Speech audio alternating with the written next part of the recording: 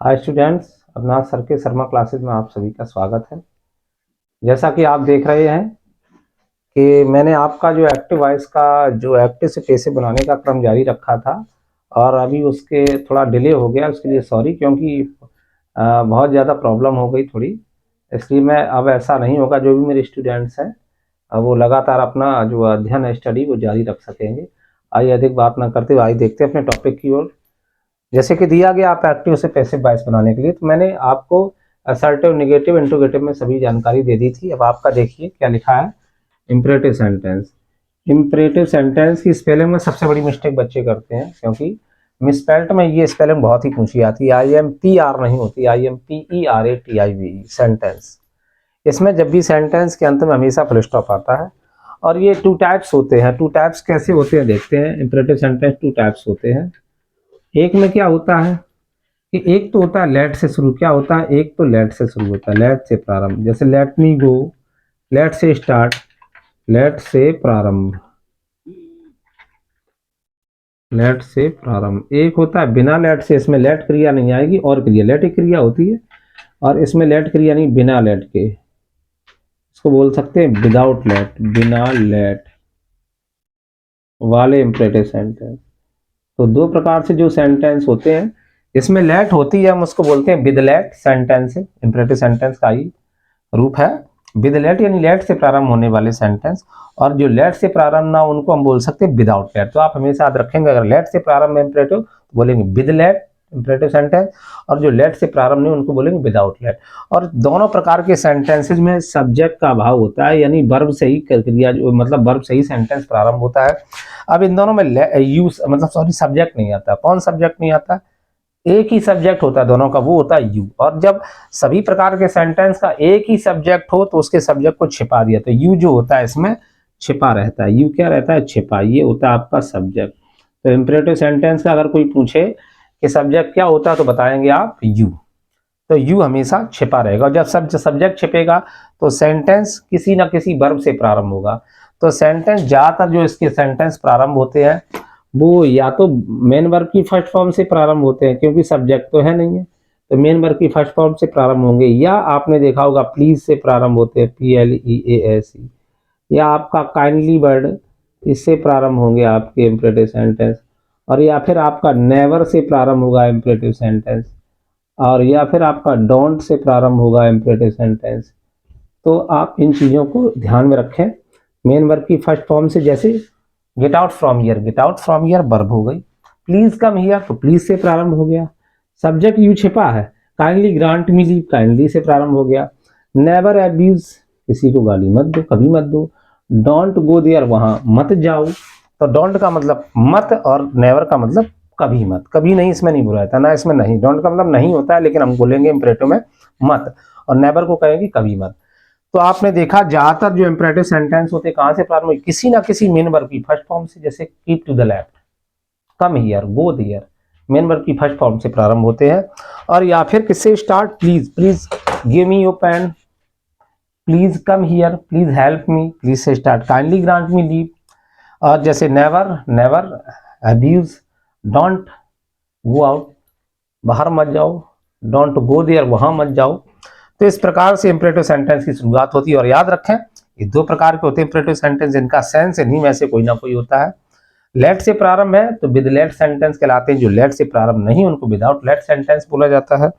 Next, इनका सभी का सब्जेक्ट जो होता है यू होता है, वो छिपा रहता है। और हमेशा एक चीज को याद रखें कि इंपरेटिव सेंटेंस में सेंस होते हैं, भाव जिसको बोलते हैं, बोध होता है भाव का। कैसी कैसी चीजों का बोध होता है? या तो निवेदन या प्रार्थना का बोध होगा, जिसको हम रिक्वेस्ट बोलते हैं। या आदेश या आज्ञा, एक ही बात है, इसका भाव होगा तो उसको ऑर्डर या कमांड बोलेंगे इंग्लिश में। सलाह का बोध होता है, जिसको एडवाइस या प्रोहिबिशन, दोनों सलाह और निषेध दोनों सलाह ही माने जाते हैं। निषेध का मतलब क्या होता है?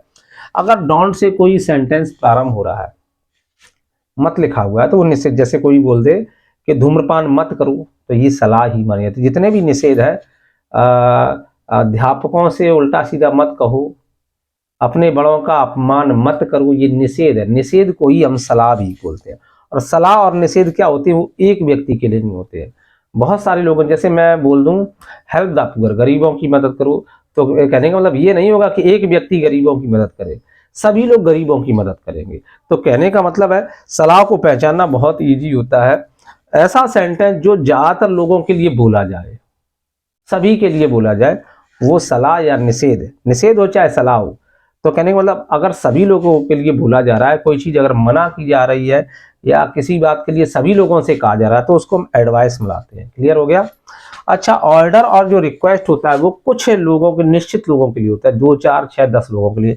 जैसे मैंने बोल दिया निवेदन वाला, प्लीज कम हियर, तो मैं ऐसा तो है नहीं मैंने एक से कहा और सभी चले आए, 1 या 2 या 4 6 10 जिनसे मैं प्लीज करके निवेदन करूंगा वही हमारी मदद करेंगे। अच्छा, ऑर्डर अगर देंगे, क्या एक व्यक्ति से कहते हैं कि कमरे से बाहर निकल जाओ, तो क्या सभी बच्चे थोड़ी निकल जाएंगे। तो ऑर्डर और जो कमांड जो होता है, आदेश आज्ञा, ये भी निश्चित लोगों के लिए होता है, लेकिन सलाह, सलाह सभी के लिए होती है। याद रखेंगे तो इसको आप इस प्रकार से समझेंगे। तो आइए देखते हैं और इनको डिटेल में समझते हैं। चाहे तो स्क्रीनशॉट लेते रहें जब आपकी जरूरत पड़े इसकी। तो देखते हैं आगे।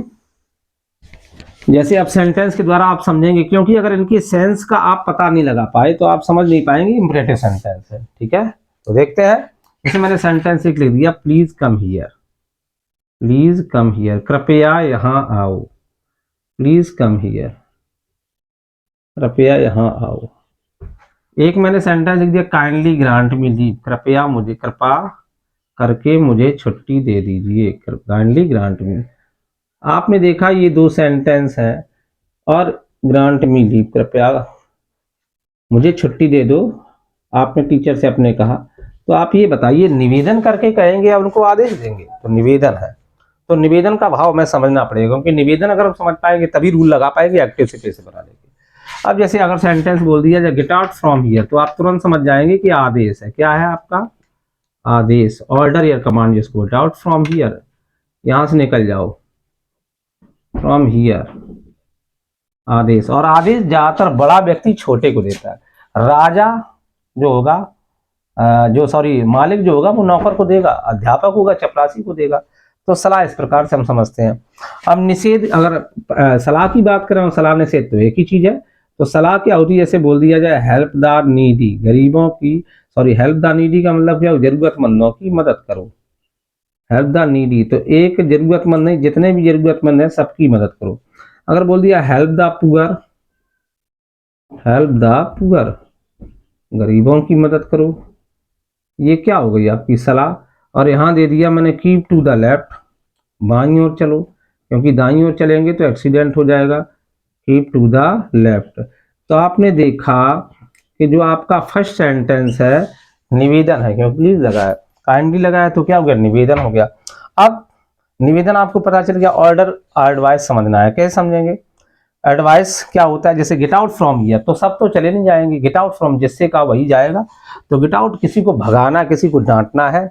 अच्छा, गेट आउट फ्रॉम हियर क्या हो गया आपका? कमांड। अब ये 3 सेंटेंसेस किसके? एडवाइस के हैं। जैसे help the needy, help the poor, keep to the left, हम एक व्यक्ति से ये बातें नहीं कह रहे, हम सभी से कहेंगे। अगर हम बोल रहे हैं don't eat too much, don't eat too much, अधिक मत खाओ, ईट टू मच, तो एक व्यक्ति से नहीं कहेंगे, कोई भी व्यक्ति हो मुझसे भी। तो सलाह का मतलब क्या होता है? सलाह वो होती है जो सभी के लिए, चारों सेंटेंस सभी के लिए, एक व्यक्ति के लिए नहीं हो सकते, इसलिए क्या हो गई?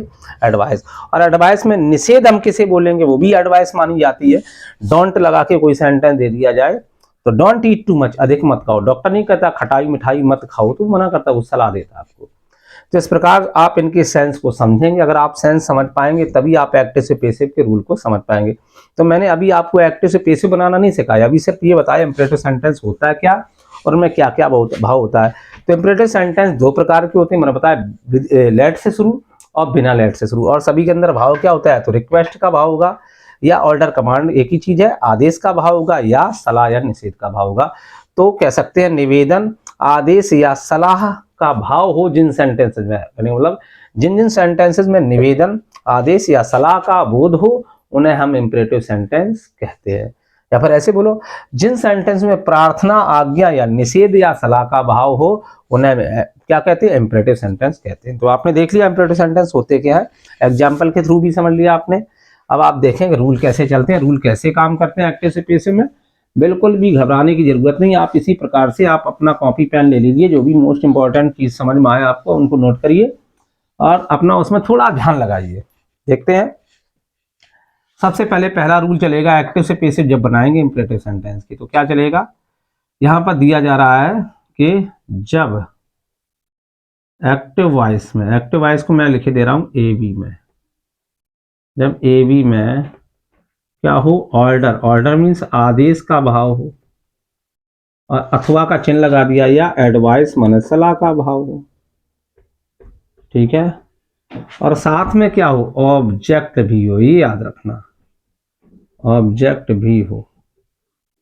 क्या जरूरी, ये चीज बहुत जरूरी, मतलब भाव कौन सा हो, या तो ऑर्डर का भाव या एडवाइस का बोध हो, बोध का मतलब जानकारी, सेंस, तो ऑर्डर या एडवाइस का बोध हो, लेकिन साथ में क्या हो, ऑब्जेक्ट भी हो, तब एक ही स्ट्रक्चर काम करेगा, वो आपका स्ट्रक्चर है, सबसे पहले आएगा लेट, लगाना होगा आपको ऑब्जेक्ट, लगाना होगा बी, लगाना होगा मेन वर्ब की थर्ड फॉर्म, और इसके बाद आपका आएगा जो भी अदर वर्ड आपके बच रहे हैं सेंटेंस में उनको लगाना होगा। ये आपका बना स्ट्रक्चर।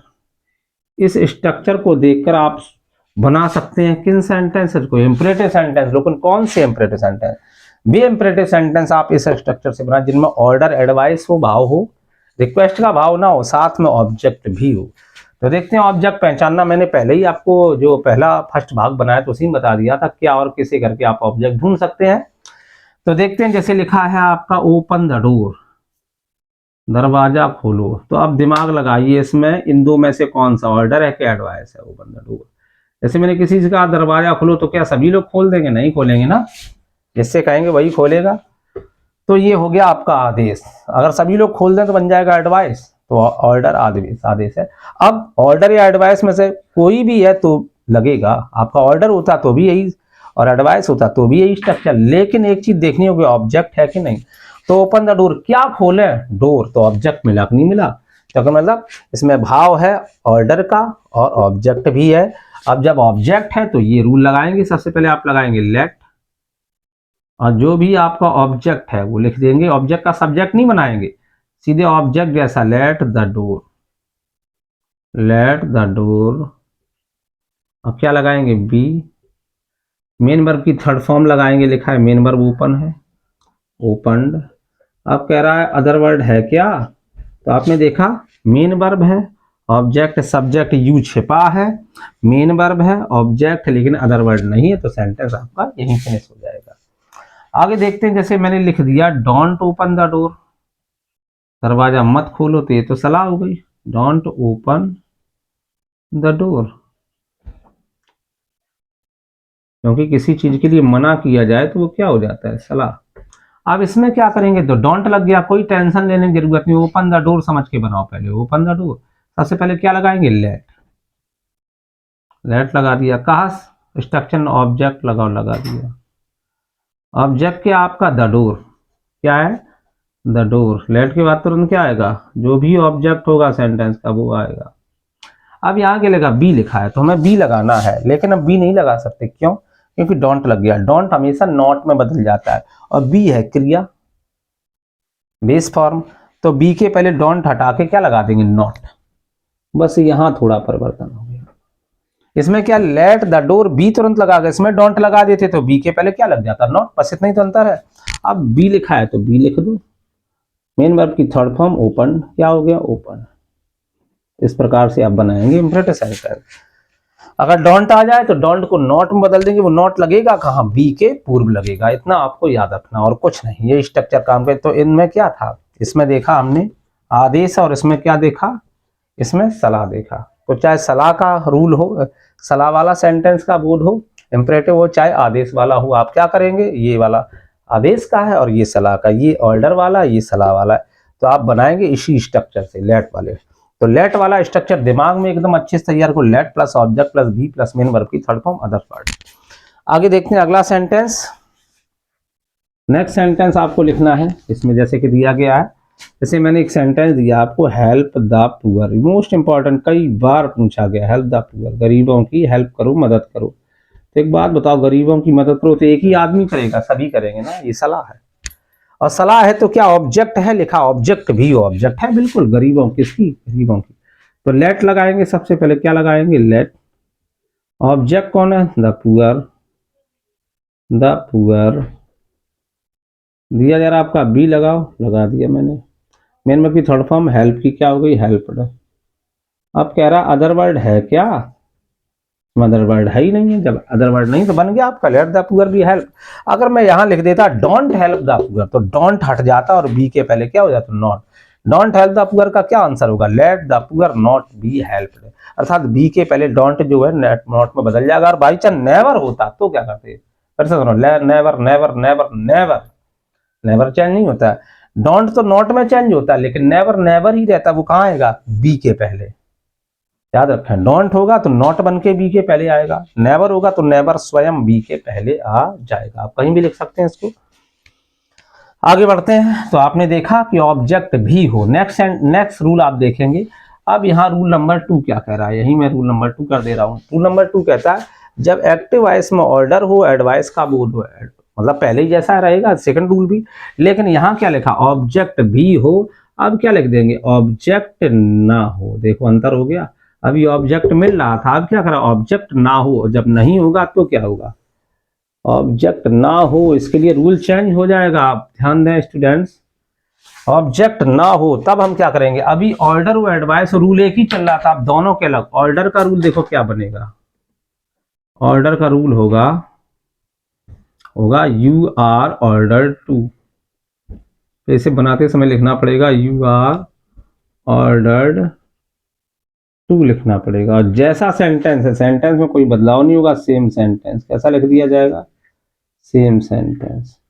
सेंटेंस होता है। अगर ऑब्जेक्ट जब नहीं होगा तो ऑर्डर का रूल होगा you are order to same sentence. और एडवाइस अगर और सेंटेंस नहीं है तो मैं एडवाइस का रूल बता रहा हूं, क्या होगा, एडवाइस का रूल होगा स्टूडेंट्स, होगा आपका यू आर एडवाइज टू। क्या हो जाएगा, यू आर एडवाइज्ड टू। और सेंटेंस में कोई बदलाव नहीं होगा, वो हमें उतारना पड़ेगा सेम सेंटेंस। अब स्टूडेंट पूछते हैं सर सेम सेंटेंस क्यों उतार दिया, सेंटेंस में कोई बदलाव नहीं करेंगे। नहीं तो पेसिव कैसे बनेगा, अरे पेसिव बना है, यू आर ऑर्डर टू स्वयं पेसिव है, यू आर एडवाइज टू स्वयं पेसिव है, इसलिए आने वाले सेंटेंस में कोई बदलाव नहीं करते। आइए देखते हैं एग्जाम्पल के द्वारा समझते हैं इसको।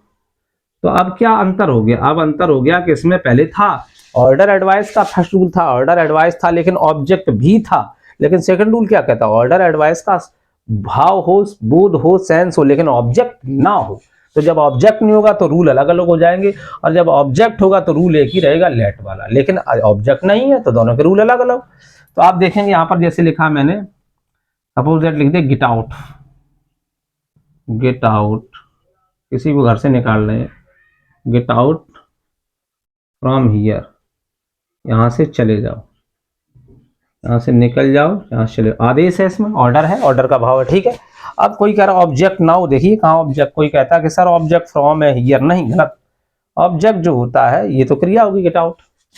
हियर आप जानते हैं एडवर्ब, अगर आपने क्या पढ़े हैं, अगर आपने पार्ट्स ऑफ स्पीच पढ़े तो हियर दियर क्या होते हैं, एडवर्ब होते हैं। एडवर्ब कभी भी क्या नहीं बनता, ऑब्जेक्ट नहीं बनता। फ्रॉम क्या, प्रीपोजिशन, अर्थात यहाँ पर ऑब्जेक्ट है ही नहीं। तो क्या करेंगे, आदेश है, आदेश में ये वाला रूल लगाओ। पहला क्या लगाएंगे, यू आर ऑर्डर टू, साथ साथ बोलेंगे यू आर ऑर्डर टू, लिख दिया मैंने जैसा सेम टू सेम लिख दिया, यू आर ऑर्डर टू लिख दिया। अब लिखा सेम सेंटेंस, जैसा लिखा वैसे उतार दो भाई। क्या लिखा, गेट आउट फ्रॉम हियर। अब जी कैपिटल बना है, स्मॉल बनाना पड़ेगा, गेट आउट फ्रॉम हियर। तो हमने देखा, आपने देखा होगा मैंने चेंजमेंट नहीं किया। तो क्या लिखा, यू आर ऑर्डर टू लिखने के बाद जैसा लिखा सेम सेंटेंस, मैंने सेम सेंटेंस उतार दिया। कोई परिवर्तन किया सेंटेंस में, नहीं किया ना। तो आपने देखा आदेश वाला ऐसे बनेगा क्योंकि ऑब्जेक्ट नहीं था। एडवाइस वाले ऐसे सेंटेंस बताओ जिसमें ऑब्जेक्ट ना हो, गेस करो, नहीं बना पाएंगे आप। चलो देखते हैं। जैसे लिखा है बी काइंड, दयालु बनो, बी काइंड, दयालु बनो, ये आपका एडवाइस वाला है, दयालु बनो। बी क्या हो गया, क्रिया। काइंड क्या हो गया, एडजेक्टिव, ऑब्जेक्ट है ही नहीं, क्योंकि ऑब्जेक्ट होने के लिए उसे नाउन होना चाहिए, प्रोनाउन होना चाहिए, जेरंड होना चाहिए, है ना। तो अब क्या करेंगे, एडवाइस वाला रूल लगा। भाई किसी का दयालु बनो तो सब लोग बनो, ऐसा तो है नहीं कि तुम दुष्ट बन जाओ, सबको बनना होगा। तो क्या लिखेंगे, यू आर एडवाइस टू, क्या करेंगे, you are advise to, you are advised to, लिख दिया आपने। अब क्या बचा, लिखा क्या है, सेम सेंटेंस जैसा लिखा उतार दो, बी काइंड, यही जोड़ देंगे हम, बी काइंड, बी काइंड, हो गया आपका रेडी, नो प्रॉब्लम। अगर इसी में हम लगाए don't get out from here, don't लगा दे तो क्या होगा, डोंट बदल जाएगा नॉट में, और नॉट कहां जाएगा, अभी तो बी मिलता था, इसमें बी नहीं टू मिलेगा, तो डोंट नॉट बनेगा, टू के पहले आ जाएगा नॉट। नेवर होता तो नेवर टू लग जाता, डोंट हट जाता तो नॉट टू हो जाता। यहां पर जैसे डोंट बी काइंड, दयालु मत बनो, तो डोंट हटा देते तो नॉट के पहले, टू के पहले क्या होता, नॉट, तो बन जाता नॉट टू। अगर नेवर होता तो नेवर टू, कहने का मतलब टू के पहले, उसमें बी था, लेट वाले में बी था तो बी के पहले नॉट लगाते थे, इसमें टू है तो टू के पहले नॉट लगेगा। कब, जब डोंट होगा तब डोंट को हटाकर। Is that clear? आप इसको नोट कर लें, जो भी चीजें मैं बोल रहा हूं सभी चीजें मैं लिखवा नहीं रहा हूं, आप इनको अपनी कॉपी पे लिख सकते हैं, मेरी वर्डिंग पे भी ध्यान दीजिए। आगे देखते हैं, मैंने आपने देखा ऑर्डर और एडवाइस को आप अच्छे समझ गए हैं कि जब ऑब्जेक्ट हो तो कौन सा रूल लगाएं, जब ऑब्जेक्ट ना हो तो कौन सा रूल लगाएं। आप देखेंगे आपका निवेदन वाला, जो अभी तो ऑर्डर वाला हो गया, आपका थर्ड रूल, आपका थर्ड रूल देखिए क्या कहता है, बहुत इजी है थर्ड रूल, उसको ध्यान देंगे। थर्ड रूल आपका जो है, थर्ड रूल, इसमें कह रहा है कि अगर रिक्वेस्ट हो, क्या हो, जब सेंटेंस में रिक्वेस्ट हो, जब एक्टिव वॉइस में, एक्टिव से तो पैसिव बनाते हैं, इसका बोध हो, रिक्वेस्ट यानी निवेदन, निवेदन या प्रार्थना का बोध हो, बोध हो, बोध हो, सेंस हो, आपको पता चले कि सेंटेंस रिक्वेस्ट है। पहले मैंने रूल लिखवाया तो ऑब्जेक्ट हो उसका रूल अलग, ऑब्जेक्ट ना हो उसका रूल अलग, लेकिन इसमें एक खासियत है, ऑब्जेक्ट चाहे मिले, ऑब्जेक्ट हो या ना हो, इसमें कोई फर्क नहीं पड़ने वाला, ऑब्जेक्ट हो या ना हो, चाहे ऑब्जेक्ट मिल जाए तो भी वही रूल रहेगा रिक्वेस्ट वाले में, और चाहे ऑब्जेक्ट ना मिले तो भी यही रूल रहेगा। तो आइए देखते हैं, सेंटेंस के जरिए समझते हैं इसका स्ट्रक्चर क्या होगा। इसका स्ट्रक्चर होगा, यू आर, काफी स्टूडेंट जानते होंगे, you are requested to, you are requested to, इतना लिख देंगे। इतना लिखने के बाद लिख देंगे जैसा सेंटेंस है सेम टू सेम रख देंगे, तो यहां लिख दिया मैंने same sentence, same sentence, okay. अब देखते हैं एग्जाम्पल के थ्रू समझते हैं। एग्जाम्पल कहता है, हाँ एक खासियत और याद रखेंगे, इसकी खासियत है, ये आपने देख लिया स्ट्रक्चर, तो आपने देख लिया, ये है आपका स्ट्रक्चर। एक नोट पॉइंट और याद रखेंगे कि अगर आपका प्लीज मिल रहा है तो प्लीज को हटा देंगे, और काइंडली मिल रहा है, इनके बदले में हमें कुछ नहीं लगाना, प्लीज मिल रहा है, काइंडली, कोई भी वर्ड मिले, ये दो में से कोई भी, इनको हटा देते, इनके बदले में हम कुछ नहीं लगाते, हटा देते हैं, इनको हटा दिया जाता है। और ज्यादातर ये किसमें मिलेंगे, प्लीज काइंडली हमेशा मिलेंगे, ये रिक्वेस्ट वाले सेंटेंस मिलेंगे। तो नोट पॉइंट आप समझ रहे, प्लीज काइंडली कहीं भी दिखा हटा दो, तो लिखा जैसे मैंने लिखा प्लीज कम हियर, क्या लिखा, प्लीज कम हियर, कृपया यहाँ आओ, प्लीज कम हियर, कृपया यहाँ आओ। सेंटेंस है बहुत इजी है, फर्स्ट सेंटेंस आप देखेंगे प्लीज कम हियर, तो प्लीज कृपया यहाँ आओ, निवेदन तो है ही, तो प्लीज या काइंडली कुछ भी हो उसको हटा दो। हमें क्या लगाना, स्ट्रक्चर क्या करा, यू आर रिक्वेस्टेड टू, तो हम लगा देंगे you are requested to, you are requested to लिख दिया, नो प्रॉब्लम, क्योंकि यू आर रिक्वेस्टेड टू लिखा जैसा वैसे उतार दिया। कह रहा सेम सेंटेंस, तो यहाँ लिखा please come here, please come here का मतलब पूरा ये नहीं कि प्लीज कम हियर उतार दो, नो, प्लीज को हटाना पड़ेगा, मैंने पहले लिख रखा, प्लीज काइंडली को हटा देते, रिमूव कर देते, तो बचा क्या, कम हियर। अब बच्चा कहता सर जी कम ईयर क्यों लगाया है, कम ईयर नहीं कम देर लगाओ। हमने कहा क्यों, कहीं ईयर का सर बदल जाता है, अरे ईयर को दूरी सूचक में तब बदला जाता है जब वो नरेशन होता है, डायरेक्ट होता है। एक्टिव पेश में कोई भी एडवर्ब को चेंज नहीं करते हैं, निकटता सूचक को चेंज नहीं करते, तो कम ईयर का कम ही ईयर रहेगा, यहाँ गो देयर या देयर नहीं होगा, क्लियर। तो ध्यान रखें, एक्टिव पेसिव में एक्टिव पेसिव के रूल लगाएं, और डायरेक्ट नॉर्मल कुछ बच्चे क्या करते हैं दोनों को मिक्स कर देते हैं, इसलिए उनसे मिस्टेक हो जाती है। आप सावधान रहें, इन चीज को समझें। सेकंड सेंटेंस आप देखेंगे, काइंडली ग्रांट मी लीव, कृपया करके छुट्टी दीजिए। ग्रांट प्रदान करें, मी माने मुझे क्या प्रदान करें, लीव छुट्टी। आप सर से बोलते हैं अपने टीचर से, तो काइंडली मिल रहा है, इसको भी हम हटा देंगे क्योंकि पहले लिखा प्लीज काइंडली को हटा दिया, तो बदले में कुछ नहीं लगाते। तो क्या लिखेंगे, स्ट्रक्चर कह रहा है यू आर रिक्वेस्टेड टू, क्या लिखना है, you are requested to, you are requested to लिख दिया। अब क्या लिखा, सेम सेंटेंस, तो सेम क्या बचा, काइंडली हटने के बाद grant me leave, grant me leave, है ना इजी। आशा करता हूं कि आपको अच्छे से समझ में आ रहा होगा, आप इसका स्क्रीनशॉट लेके अच्छे से समझें और भी सेंटेंस को करें एक्सरसाइज में देख के अच्छे से। आइए देखते हैं इसी क्रम में एक्टिव पैसिव में जो रिक्वेस्ट का बोध होता है उसी क्रम में आपका रूल, आप इसको रट लें अच्छे से, यू आर रिक्वेस्टेड टू लगाना, सेम टू सेम सेंटेंस को रख देना, प्लीज काइंडली को हटा देना। अब इन्हीं में अगर आपका क्या आ जाए, डोंट दे दिया जाए इसी में, तब हम क्या करेंगे, आपको मालूम डोंट तो बदल जाएगा, चेंज हो जाएगा, अभी मैं बता चुका हूं। इसी में मैं लगा दूं डोंट, डोंट मैंने लगा दिया, और प्लीज को या डोंट के साथ रख दें या पीछे रख दें, डोंट कम हियर, और बाद में लगा दिया हमने प्लीज, डोंट कम हियर, यहां मत आओ प्लीज में, कृपया यहां हमने लिख दिया प्लीज। तो प्लीज को तो हट नहीं हटना, आपको मालूम है ये तो हट नहीं हटना कंफर्म। डोंट हटेगा लेकिन बदले में नोट आएगा, प्लीज हटेगा बदले में कुछ नहीं आना। तो निवेदन तो है ही, तो क्या लिखना हमें, यू आर रिक्वेस्टेड टू, क्या लिखा है, requested to, you are requested to, to लगना है, ठीक है। लेकिन डोंट हटा के में नॉट लगाना, वो कहां, टू के बाद के पहले, याद रखना, टू के पहले, टू के पहले, टू के पहले नॉट या नेवर आता है, आता है, आता है, इसे याद रखेंगे। मैंने देखा बच्चे सबसे ज्यादा मिस्टेक इसी में करते हैं।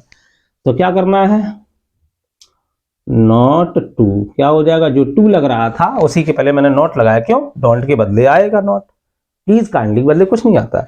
अब सेम सेंटेंस बचा होता है तो कम हियर बचा, क्योंकि डोंट तो नॉट बदल गया, प्लीज हट गया, तो क्या बचा, कम हियर, कम हियर। आशा करता हूं आपको मेरी बात अच्छे से समझ में आ रही होगी।